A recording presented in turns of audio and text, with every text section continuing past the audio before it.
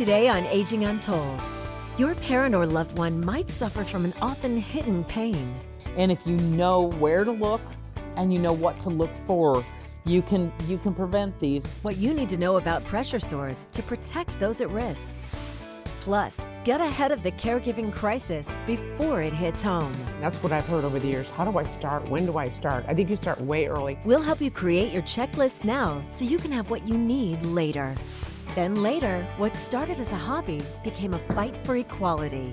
It seemed like all our bowling alleys were going to fold up and we wanted somewhere to go. How two friends knocked down pins and racial barriers at the local lanes and created a legacy that's still inspiring change. Experts with advice and solutions. You're watching Aging Untold with Aging Well Coach Catherine Ambrose, gerontologist Sam Craddock, aging expert Amy O'Rourke, and board-certified physician Dr. Ray Rogers. We're all getting older. It's about time we talked about it. Welcome to Aging Untold. Today we're talking about a painful but preventable health condition that impacts more than 2 million people each year, pressure sores, also known as bed sores. We want to warn you, some of the upcoming images and conversation may be a little graphic, but it's an important topic to tackle. Dr. Ray, can you start by explaining what pressure sores are and how they develop? Well, they develop when prolonged pressure cuts off blood flow to the skin. Any organ where you have no blood flow eventually will die. So there's different stages of these bed sores or pressure sores. So there's about 4 stages, really 5 when you can't describe it anymore. But the first stage is the skin is intact, and it's what we call the skin doesn't blanch. So, when you push into your skin and it turns white, it's because the blood flow capillaries are intact. So you stop that blood flow. When you let go, the color comes back. So it just goes downhill from there. So the second stage is the skin is not intact anymore, but it's like a superficial blister. And then the third one is more full thickness. Now you can see fat. And then on the 4th stage, you're seeing bone and ligaments and tendons and all that. But what's really important that if you really inspect the skin, keep it clean and intact and all that, to look for those. And then knowing where the pressure sores are, but look at the skin, and one of the earliest signs is when it doesn't blanch. That's an early sign that you have some compromise going on already. And a pressure sore doesn't happen in a day, but prevention certainly does. And if you know where to look and you know what to look for, you can prevent these. And I tell people, up until the exception for me has always been end of life. When you're in that final stage, in that transitional stage, we can't prevent. Sure. But up until then, these are preventable. You should never have somebody that has a bed sore, but you got to know where to look. Right. So shoulders, hips, coccyx, which is right above your tailbone, heels. Yeah. I have seen heel sores that have gone septic, and we have lost people over just a tiny sore where a shoe's rubbing because they're not wearing good socks. Right. And so knowing what to look for and where to look for it, and then how to prevent them is paramount. And too many people don't know. I know. One site I love is Medicare.gov, and it has a whole list of supplies and equipment that you can use if you do get a bed sore, but you can also find tips to prevent. Something so simple, get pressure off the area 2 hours at a time. If you've got the arm strength, lift yourself up. If you've got pressure on your bottom, go ahead and get up and move around. And one little tip, it's kind of off what you said, was if you're wondering, is this a pressure sore? You're out there like, am I going to recognize it? If there's a little like color red, Push on it. Push on it, that's right. And then also you can lift your heel up, and if that color is the same color, it doesn't change. Whether you're Caucasian, it's like red. If you're brown, it's purple. And then if it stays that way in 30 minutes, get it checked right away. Right. And I think if you understand, like you said, where to look and all that, those bony prominences, if you know. Right. Well, if we sit here like this the whole For time long enough, and we're doing this show, at the end of the show, the elbow's going to be red. That's actually the beginning stages of what could turn into a pressure sore. Yeah. And so you've got to watch for that. It's so interesting when you're at home, if you wash yourself, pat yourself dry instead of rubbing. You know, when your skin is older, it's thin. Yeah, Right. very thin, And yeah. use a lot of moisturizer, lots and lots of moisturizer. If you're in bed and you're sleeping on a wrinkled clothing, wrinkled sheets, Exactly. get them flattened out. Yeah. Interesting. Well, I'm learning so much. Well, but the topic of bed sores, my family learned this the hard way. Just awful, horrific. My dad, because of his weight and his condition, when he had emergency transport, he was pulled out on a tarp, and he got a horrific shearing wound that we did not know about, and the hospital hid it from my family for days upon days. Every time staff was going to do something for my dad, they would ask the family members to leave the room. And this is way before I got into the aging space, and we didn't know any better. So we just complied. We did what was ordered. We went out in the hallway and we waited like, good, compliant people. And then we'd come in when they would let us in. Well, one day my mother and my brother walked in just a little too soon, and they got a glimpse of this horrible wound. And what I learned from that experience is that modesty is out the window, just like childbirth. Forget it. If your family's in the hospital, you're going to see some private parts because you've got to watch what's going on, and you want to stay present, observe, and ask questions. Be the advocate that your loved one needs. When they're vulnerable, like in the hospital, they need to be watched. And let's not forget, we tend to talk about pressure sores, and we're talking about bedridden people. Don't forget about the people in wheelchairs. See, people forget about people in wheelchairs. They're still sitting. They still have to be repositioned and all that as well. That's exactly right. And then the other part to that, yes, pressure sores because of lack of blood flow, which is cutting off oxygen and nutrients, but also their status of them and nutritional status. Different things they help that skin to be able to repair. They probably have, some vascular diseases already, but what about things like vitamin C and zinc and things that you can help them to really repair? And up your protein intake. Up your protein intake. You have to up your protein. Get on Medicare B, get that stage 3 and 4. If you're home, you can get homebound wound care and get that healed faster. Right. All right, very good. I know this has to be helpful for viewers, and sometimes it's families that are the first line of defense. We'll be right back on Aging Untold. Coming up, we're breaking down the gluten-free debate on whether it's a necessity or just a fad. Plus, we'll examine a rare disease that may leave you with no choice but to pass on that pasta or bread. But first, you or your parents are fine now, but what about tomorrow? When you're tiny and weak and vulnerable in a hospital bed, that is the worst time to be giving people instructions. We'll show you how a pre-game plan can save your family from crisis and preserve dignity when caregiving needs arise.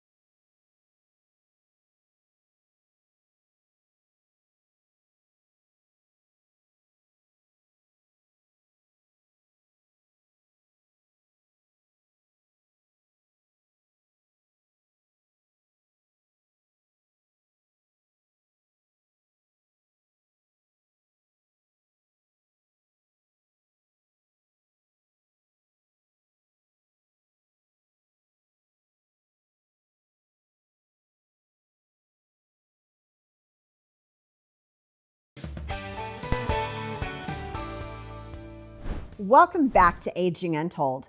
When it comes to sports, a good coach will develop a pregame plan to get the win. That's a strategy that can also carry over into our personal lives when it comes to caregiving. Sam, why do you think it's important for people at any age to have a plan in place? Oh, because the crisis isn't the fall. It's that unprepared scramble that goes on. And so pregame planning is always love, but panic is super expensive. When you have someone that's had a fall and you don't have a plan, or they have a hospital event and you don't know what's going to happen next, then you're calling up an agency and you're spending the big bucks to get 24-hour support in because you didn't have your ducks in a row, basically. And so this is just basic caregiving right here. And it's honestly, for our aged community, it's remaining in control. Sure. You know, everybody's so afraid of giving up control and not having a say-so. Well, if you pregame plan, it's your plan that we're going to implement. So talk about it early. We used to be, everybody used to kind of put their head in the sand, didn't want to think about negative things and things like that. But we are living longer. Yeah, we and everybody's acknowledging it. So it's time to just start kind of talking about things in advance, because when you're in that fight or flight state and everything is happening, your memory is gone. So you're making decisions, you're spending more money because you're just at the whim. Right. Yeah. And I think they feel paralyzed because they haven't started that first conversation. That's what I've heard over the years. How do I start? When do I start? I think you start way early and just open your mouth and say, what is your vision for your future? If something goes wrong with you, you get a medical diagnosis, how do you think you want? Do you want to be at home? Do you want to move into a community? What kind of therapy do you want to get? Get that conversation started early, and then make it a regular, structured conversation. And then in that talk, ask them, what does your money look like? Can you afford the things that you want to do in your older age? Right. You could always say, hey, I was watching that show, Aging Untold, Yeah. that I told you about, and they were talking about this. That's a perfect conversation starters, because families are always going to do better when they talk before the crisis rather than in the middle of it. You're getting everybody on the same page so that these decisions aren't forced at the last minute. And when people have an opportunity to be a part of the conversation, they're going to be more comfortable with the decisions that are made too. Yeah. People need time to process, and they don't have time to do that in an emergency. Well, you have the 5 Ps. It is, who are the people? Who are the people? Who's going to run point? Where's the paper? We've got to have paperwork in place. Healthcare proxies are numero uno right now. Where's the pills? What med list are you on, and who's taking what, when, where, and how? And then what place? Where do you want to be? Do you want to go here? Do you want to go there? Do you know what rehab you might want to go to? What hospital? And who's paying your bills while you're out of the house? Yeah. Because you don't want to come home to the electric being shut off. Right. Or the garbage piled up. And don't forget the update. And update And it all don't forget the to time. update. Right. And then do your research. What's around? What kind of caregiving agencies are out there? What kind of assisted living's out there? What do the rehabs look like? Do you want in-hospital rehab, or do you want skilled nursing rehab? These are really good things so that in a panic, you kind of know what direction you're going to go in. Caregiving conversations are best when they don't start in the emergency room. Amen. When you're tiny and weak and vulnerable in a hospital bed, that is the worst time to be giving people instructions. So do it in advance. Coming up, you'll meet a pair of courageous athletes and learn how their talent and tenacity decades ago made them great bowlers and even better advocates. But first, gluten-free is part of a billion-dollar industry. We'll explain why so many people are ditching wheat and why some doctors say gluten-free may not always be the healthier option. You can watch Aging Untold anytime online. Go to aginguntold.com or subscribe to the Aging Untold YouTube channel for more.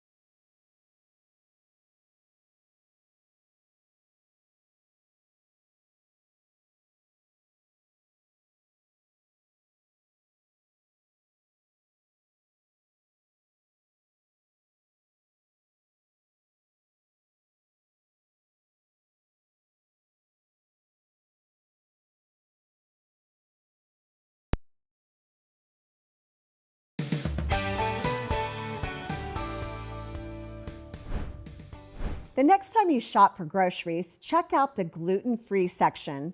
A surge in the number of products on the shelves reflects the popularity of the diet. But is cutting out gluten healthy if you don't need a medical reason to do so? In this medical mythbuster, Viv Williams gets answers from an expert at Duke University. Gluten is a protein found in grains, such as wheat, barley, and rye.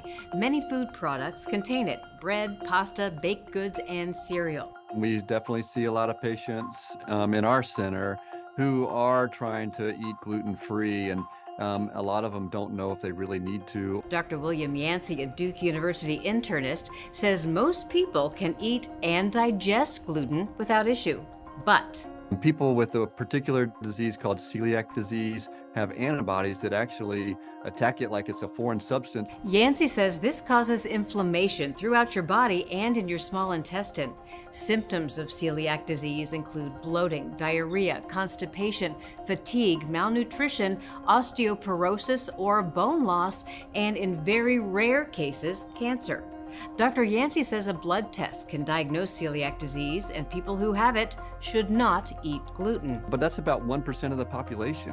If celiac disease is that rare, why, according to the research cited by the Gluten Intolerance Group, are 23% of consumers buying gluten-free products? Yancey says there are many reasons, but first, let's look at the economics of it. The gluten-free industry is big business. A Vantage market research analysis valued the gluten-free product market at more than $6.3 billion, and it's expected to reach $11 billion by 2030. Yancey says some people may reach for gluten-free products because they heard on social media or from a friend that it's a healthy thing to do. Others say they feel better and sleep better when they don't eat gluten. Yancey says non-celiac gluten sensitivity, or NCGS, may cause similar symptoms to celiac disease, but they're milder often. He notes that researchers are trying to figure out if gluten is causing symptoms in people with NCGS or if there's something else in gluten-containing products causing the issue. Yancey says if cutting out gluten makes you feel better, go ahead and do it. But make sure the replacement foods you choose contain the nutrients you need. Well, if you're eating foods that have gluten in them and they're high in nutrition, they're whole grain foods, then and you substitute gluten-free products that aren't full of those nutrients, then it would be a problem. So, if you've been diagnosed with celiac disease, don't eat gluten. Otherwise, Yancey says there's no harm in cutting it out, as long as you're still eating a well-balanced diet. With this medical mythbuster, I'm Viv Williams. Well, I think this gluten thing is kind of one of the big nutrition phases that people go through, and it really is not man-made. I mean, it is man-made. So you may not have celiacs per se and have that gene, and if you do, all your first-degree relatives need to check, but it doesn't mean it's expressed. But you know, there are 62 different proteins in wheat, and gluten is only one of them. So a lot of times when people are having inflammatory responses or the bloating, even brain fog and all that, it may be one of the other components and not necessarily gluten. But as you know, as my doctor, I do have issues with it. I do have the antibodies and the inflammation that I experienced when I was eating gluten. And I don't think anybody chooses to go gluten-free because it tastes good. And you have to really watch, because a lot of gluten-free products are really high in sugar. Sugar and Really starch and high. everything Oh, else. if I had anything to say, it would be read labels. Read. I look at a label and I don't eat flour or sugar, so I'm way extreme, make a lot of people mad. But I read the labels, and if the sugar is like fifth and down, I do it. But often it's the second ingredient. So how healthy is it really? Up next, striking down segregation. Meet the men who fought for civil rights in an unexpected arena.